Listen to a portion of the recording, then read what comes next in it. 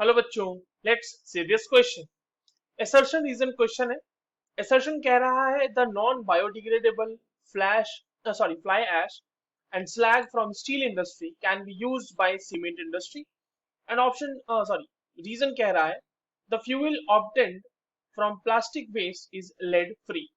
और देखिए बच्चों, असर्शन रीजन के जो चार कन्वेंशनल ऑप्शन होते हैं वो हमारे पास चार अलग अलग ऑप्शंस में गिवन है। तो चलिए इस क्वेश्चन को सॉल्व कर लेते हैं। सबसे पहले तो ये देखते हैं कि इस क्वेश्चन को सॉल्व करने के लिए हमारे पास कौन से की कॉन्सेप्ट की जानकारी होनी चाहिए। देखिए, ये जो है इंडस्ट्रियल वेस्ट मैनेजमेंट का सवाल है बच्चों, जहाँ पे हम इंडस्ट्रियल वेस्ट को मैनेज कर सकते हैं, उनकी पोल्यूशन, उनसे होने वाले पोल्यूशन को हम लोग रोक सकते हैं। तो इंडस्ट्रियल वेस्ट मैनेजमेंट, ठीक है। अब एक समझिएगा यहाँ पे बात, जो पहली चीज आपको कही गई है कि नॉन बायोडिग्रेडेबल फ्लाई ऐश या फिर स्लैग की अगर हम बात करें, वो स्टील इंडस्ट्री से मिलते हैं और वो केमिकल इंडस्ट्री सीमेंट इंडस्ट्री में यूज किए जा सकते हैं। तो अगर हम फ्लाई ऐश की बात करें, या फिर हम स्लैग की बात करें, इन दोनों में ही बच्चों कैल्शियम होता है, सिलिकेट होता है, कैल्शियम सिलिकेट इनमें मौजूद होता है। और ये जो है एक बहुत ही मेजर कंपोनेंट होता है, major component of cement industry. ठीक है, major component of cement industry.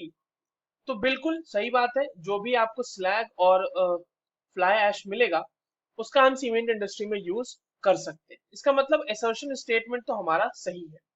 दूसरी चीज है आपके पास रीजन स्टेटमेंट। रीजन स्टेटमेंट में समझिएगा, प्लास्टिक्स जो वेस्ट होते हैं, देखिए plastics are basically organic polymers. ठीक है, ऑर्गेनिक कंपाउंड के ये पॉलीमर्स होते हैं, ऑर्गेनिक पॉलीमर्स।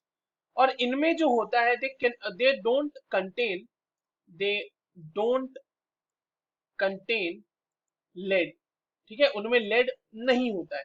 तो इनसे जो आप फ्यूल निकालोगे वो फ्यूल ऑब्वियस सी बात है लेड फ्री ही होगा।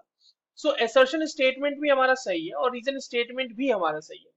बट देखिए, रीजन कहीं से भी एसर्शन का एक्सप्लेनेशन नहीं है, है ना। फ्लाई ऐश और स्लैग इसलिए यूज होते हैं क्योंकि उसमें कैल्शियम सिलिकेट होता है। That would have been the explanation for the assertion statement. So the correct answer for this question will be option 2. Both assertion and reason are true, but reason is not the correct explanation for the assertion. I hope you understood this well. All the very best.